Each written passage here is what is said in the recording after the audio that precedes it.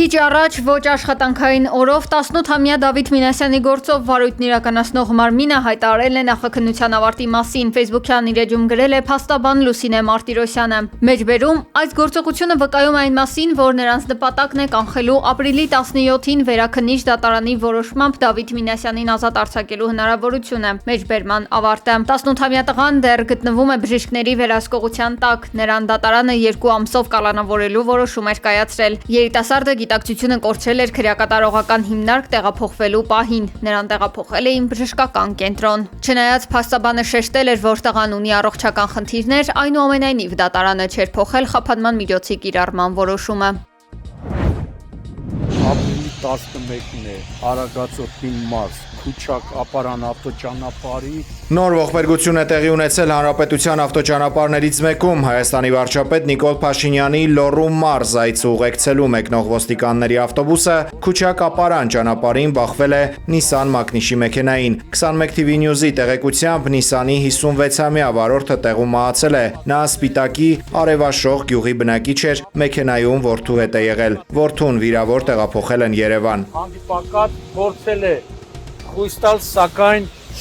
բախումը տեղի է ունեցել։ Նման մի ողբերգական դեպք էլ տեղի էր ունեցել 3 Շիրակի Աղին բնակավայրի մոտակայքում բախվել էին BMW-ն եւ Opel-ը։ 6 հոգի մահացել էր, նրանցից 2-ը երեխաներ։ Իդեպ վաղը Նիկոլ Փաշինյանը ավտոերթի է հրավիրել քաղաքացիներին հյուսիս-հարավ ճանապարհի դեպի Գյումրի տանող հատվածի բացման առիթով։ Այսօր ԿՊԱ-ականների ուրախ ավտոբուսով Լոռի մեկնելու ճանապարհին Նիկոլ Փաշինյանը խոսել է ճանապարհներին տեղի ունեցող ողբերգական վթարների մասին։ Հնարավորինս զգույշ եւ պահել հնարավորինս երթևեկության կանոնները, որովհետեւ նաեւ հիմա ճանապարհների լավ վիճակը երբեմն լրացուցիչ գայթակղություն է վարորդների համար ավելի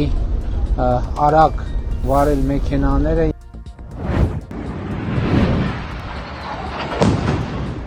Լիբանանի Նաբաթիե քաղաքը կրկին հայտնվել է իսրայելական օդուժի թիրախում։ Ըստ պետական անվտանգության ծառայության Նաբաթիեի կառավարական նստավայրի վրա իրականացված հարձակման հետևանքով զոհվել է ծառայության 13 աշխատակից։ Իսրայելի պաշտպանության բանակը չի մեկնաբանել այս հարվածը, սակայն հայտնել է, որ վերջին մեկ օրվա ընթացքում Լիբանանի տարածքում հարվածել է Հեզբոլլահի շուրջ 120 թիրախի։ Ըստ Լիբանանի առողջապահության նախարարության մարտի 2-ից մինչև այսօր, ապրիլի 11-ը բախումների հետևանքով զոհերի ընդհանուր թիվը հասել է 953-ի, իսկ վիրավորներին 6303-ի։ Իրանի գերագույն առաջնորդ Մոջթաբա Խամենեին դեռևս վերականգնվում է դեմքի և ոտքերի ծանր վնասվածքներից, որոնք ստացել էր պատերազմի առաջին օրը։ Ըստ Reuters-ի աղբյուրների 56-ամյա ղեկավարի դեմքն այլանդակվել է, իսկ ամերիկյան հետախուզության տվյալով նա հնարավոր է կորցրել է ոտքը։ Չնայած ֆիզիկական ծանր վիճակին հայտնի է, որ նա պահպանում է մտքի պարզությունը և հեռավար կարգով ակտիվորեն մասնակցում է պետական կարևորագույն որոշումների կայացմանը, այդ թվում ԱՄՆ-ի հետ Իսլամաբադում ընթացող բանակցություններին։ Այնուամենայնիվ անորոշությունը մեծ է, քանի որ մարտի 8-ին պաշտոնը ստանձնելուց ի վեր որևէ լուսանկար, տեսանյութ կամ ձայնագրություն չի հրապարակվել։ Փորձագետները նշել են 2 կարևոր հանգամանք։ Ի տարբերություն իր հոր, Մոջթաբա Խամենեին դեռևս չունի բացարձակ հեղինակություն և պատերազմական այս շրջանում ռազմավարական որոշումների կայացման հարցում գերիշխում է Իսլամական հեղափոխության պահապանների կորպուսի ձայնը։ Խամենեիի լռությունն ու թաքնված լինելը բացատրվում է նաև անվտանգության նկատառումներով օդային նոր հարվածների թիրախ չդառնալու համար։ Իրանի ներկայացուցչությունը ՄԱԿ-ում հրաժարվել է մեկնաբանել առաջնորդի առողջական վիճակի մասին լուրերը։ Պաշտոնական հաղորդագրություններում նա հիշատակվում է որպես պատերազմում ծանր վիրավորված։ ԱՄՆ պատվիրակության ինքնաթիռը վայրեջք է կատարել Իսլամաբադում, ժամանել է ԱՄՆ փոխնախագահ Ջեյ Դի Վենսը։ Առավոտյան Պակիստանի մայրաքաղաքում վայրեջք էր կատարել Թրամփի հատուկ դեսպանորդներ Սթիվ Ուիթքոֆին և Ջարեդ Քուշներին տեղափոխող ինքնաթիռը։ ԱՄՆ-Իրան բանակցությունների օրակարգը նախատեսված է ուղղակի և միջնորդված ֆորմատով։ Օրակարգի հաստատումից հետո կմեկնարկի հիմնական փուլը։ Մայրաքաղաքի Սերենա հյուրանոցի շուրջ ուժեղացված ծառայություն է։ Տարածքը հսկվում է ուղղաթիռներով։ Պատվիրակները տեղավորվել են հյուրանոցում և պատրաստվում են բանակցություններին։ Հանդիպումը տեղի կունենա այսօր Երևանի ժամանակով ժամը 16-ից հետո։ Ամերիկյան պատվիրակությունը մեկնել է Իսլամաբադ Իրանի հետ բանակցությունների ճանապարհով հակամարտությունը դադարեցնելու, իսկ Դոնալդ Թրամփը շարունակում է պնդել, թե իրանական բանակը մեծամասամբ ոչնչացված է։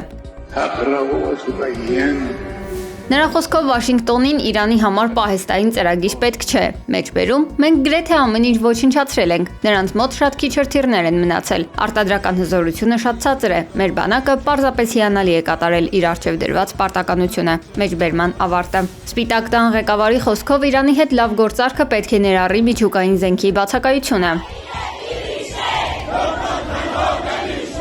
Ոչ մի միջուկային զենք, գիտեք, ես կարծում եմ ռեժիմի փոփոխություն արդեն տեղի է ունեցել, չնայած մենք երբեք նման այդ չափանիշ չենք ունեցել։ Ոչ մի միջուկային զենք, սա 99% հավանականություն է։ Ի սկզբանե Թրամփի նպատակը եղել է Իրանում ռեժիմի փոփոխությունը կամ, ինչպես ինքն է նշել բազմաթիվ հարցազրույցներում, Խամենեիի ռեժիմի տապալումը։ Հորմուզի նեղուցի վերաբերյալ Թրամփը նշել է, թե թույլ չեն տա այն երկար փակ մնա, որքան էլ այժմ վերահսկում է Իրանը։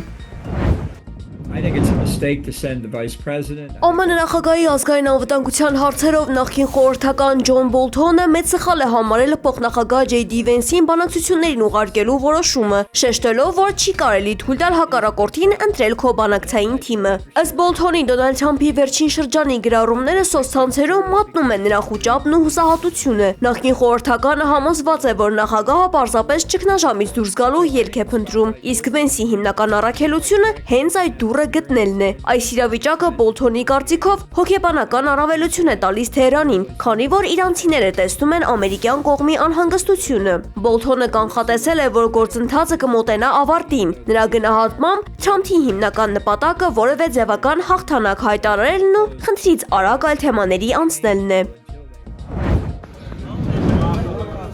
Երուսաղեմում բացվել են Սուրբ Հարության տաճարի դռները հազարավոր հավատացյալների համար, ովքեր սպասում են Սուրբ Լույսի իջնելու հրաշքին։ Տաճարի դռների բացվելուն պես ներսից աղավիներ են դուրս թռել, որոնք խորհրդանշում են խաղաղությունը։ Հաշվի առնելով ուխտավորների մեծ հոսքը եւ իրադարձության կարեւորությունը, Երուսաղեմում սահմանվել են անվտանգության խստացված միջոցառումներ։ Իրավապահ մարմիններ են ժամանել այնտեղ արարողության անվտանգ ընթացքն ապահովելու համար։ Արտեմիս երկրորդի անձնակազմը հաջողությամբ վերադարձել է երկիր։ 4 տիեզերագնացները 10-օրյա թռիչքից հետո վայրեջք են կատարել Խաղաղ օվկիանոսում։ Սա լուսին թռչելու առաջին դեպքն է 50 տարվա ընթացքում։ Առաքելության ընթացքում անձնակազմը կատարել է լուսնային թռիչք եւ փորձարկել Օրիոն տիեզերանավի կենսապահովման համակարգերը։